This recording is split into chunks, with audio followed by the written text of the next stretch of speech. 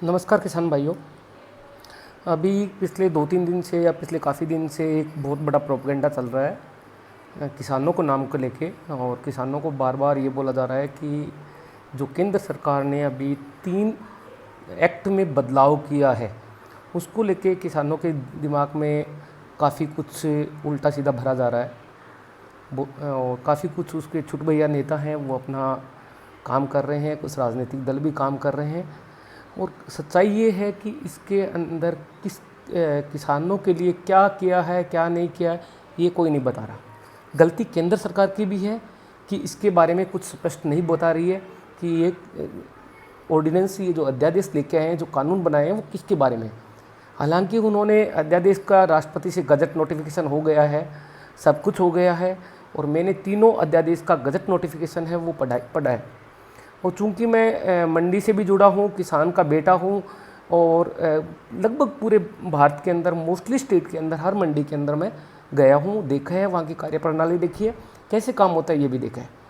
लेकिन अभी जो 3 ऑर्डिनेंस आए हैं, मैं मोटा मोटा उसके बारे में बताना चाह रहा हूँ, और उसके हिसाब से जैसा मैं बता रहा हूँ, जो मैंने अभी तक पढ़ा है, जो मैंने अभी तक बात की है, उसके हिसाब से जो इस ऑर्डिनेंस के बारे में जो लिखा गया है क्या है वो बता दूँगा। फिर आप निर्णय करना कि ये किसान के हित में है या गलत है। पहला ऑर्डिनेंस है मोदी गवर्नमेंट का, farmer produce trade and commerce promotion and facilitations ordinance 2020।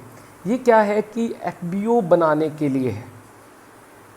दूसरा है जो एपीएमसी, जो यानी मंडी है, उसके रिगार्डिंग है। उसके अंदर क्या किया है, इस ऑर्डिनेंस से क्या किया गया है कि जो मंडी की मोनोपोली थी वो ख़त्म की गई है। मैं मंडी की मोनोपोली से एक बताना चाहूँगा कि आज के दिन हर मंडी के, हर स्टेट के अंदर एक एपीएमसी एक्ट है। हर स्टेट अपने हिसाब से एपीएमसी एक्ट बना रखा है। उस एक्ट का, लेकिन मोटा मोटा मैं बता रहा हूँ, उस एक्ट में क्या हो रहा है कि किसान सिर्फ अपना माल मंडी में बेच सकता है। और मंडी में किसान का माल कौन खरीदेंगे? जो मंडी में जिसके पास में लाइसेंस होगा वो किसान का माल खरीदेगा। ये अभी का मौजूदा, जो अभी पुराना ये ऑर्डिनेंस आने से पहले चल रहा था। दूसरी बात इसमें ये थी कि एक किसान, जैसे राजस्थान का किसान है वो राजस्थान में बेचेगा, हरियाणा का किसान हरियाणा में बेचेगा, मध्य प्रदेश का किसान मध्य प्रदेश में बेचेगा। हाँ, लेकिन कोई ट्रेडर यदि हरियाणा का ट्रेडर राजस्थान में बेचना चाहते हैं, राजस्थान का ट्रेडर हरियाणा में बेचना चाहता है, तो उसके ऊपर कोई रोक नहीं है। अब माल किसका है? किसान का। तो किसान के पास में ये आज़ादी क्यों ना हो कि वो अपना माल कहीं पे बेचे। मैं एक उदाहरण दे रहा हूँ। राजस्थान का जो एरिया है हनुमानगढ़ गंगानगर का, वो हरियाणा से टच में है।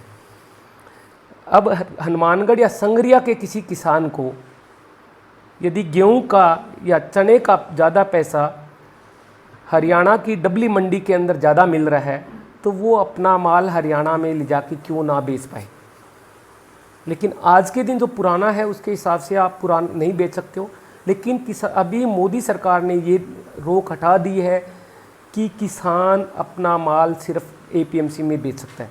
अब जो ऑर्डिनेंस आया है उसमें साफ लिखा है किसान किसी को भी अपना माल बेच सकता है, कहीं पे बेच सकता है। किसान का माल खरीदने के लिए कोई भी प्रकार के लाइसेंस की ज़रूरत नहीं होगी। अब इसके अंदर मुझे तो कुछ गलत नज़र आ नहीं रहा। ये कैसे किसान के विरोध में हो सकता है? हाँ, विरोध में है। ये विरोध में उन लोगों के है जो मंडियों में बैठे हैं, जो मंडी में जो किसान माल लेके जाता है उससे लेके और असल में जहाँ पे इसका कंजम्पशन होता है उसके बीच के अंदर जो जितने भी बैठे हैं, चाहे वो कच्ची आड़त वाला हो, चाहे पक्की आड़त वाला हो, चाहे दलाल हो, चाहे और कुछ हो, और मंडी के अंदर जो टैक्स लग रहे हैं वो हो, उनको नुकसान हो जाएगा। सरकारों को नुकसान ये होगा कि मंडी के अंदर जो किसान जो माल बेचता था उसके ऊपर जो टैक्स लगा के जो अपनी जेबें भरती थी वो अब राज्य सरकारों को नहीं मिलेगी। अब राज्य सरकारों को नहीं मिलेगा और जो वहाँ पे अधिकारी बैठे हैं उनकी जेबें गर्म नहीं होगी। ये नुकसान उनको है, किसान को नुकसान नहीं है इसके अंदर। हाँ, किसान आज भी चाहे तो मंडी में माल बेच सकता है। जिस तरीके से पुरानी मौजूद व्यवस्था है उसके हिसाब से भी वो मंडियाँ बंद नहीं हो रही हैं। कोई भी मंडी बंद नहीं हो रही है, कोई भी एमएसपी पे कोई भी खतरा नहीं हो रहा है। किसान चाहे तो आज भी अपनी मंडी में ले जाके वो माल बेच सकता है।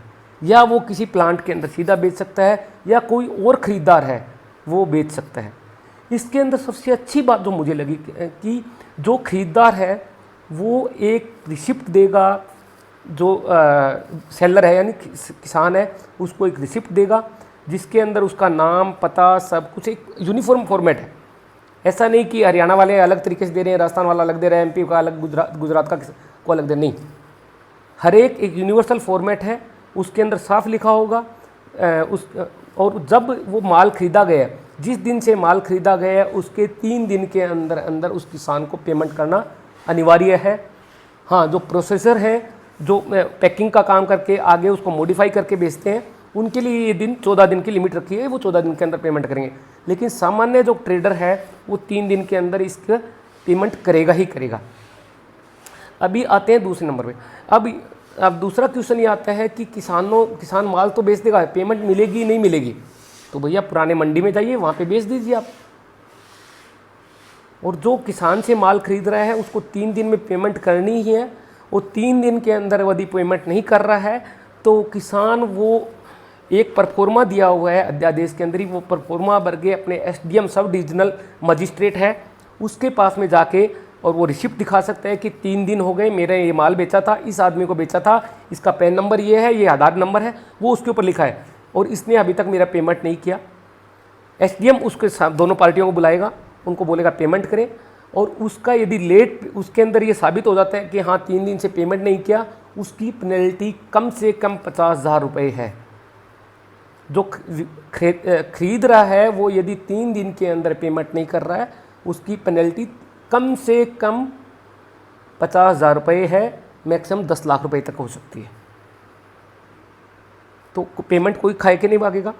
किसान किसी को माल बेचे, क्वालिटी चेक कराए, उसके हिसाब से अपना रेट करे, उसको लगता है कि माल वहाँ पे बेचना है तो वहाँ बेचे, और मंडी में जाके बेचना है तो मंडी में बेचे।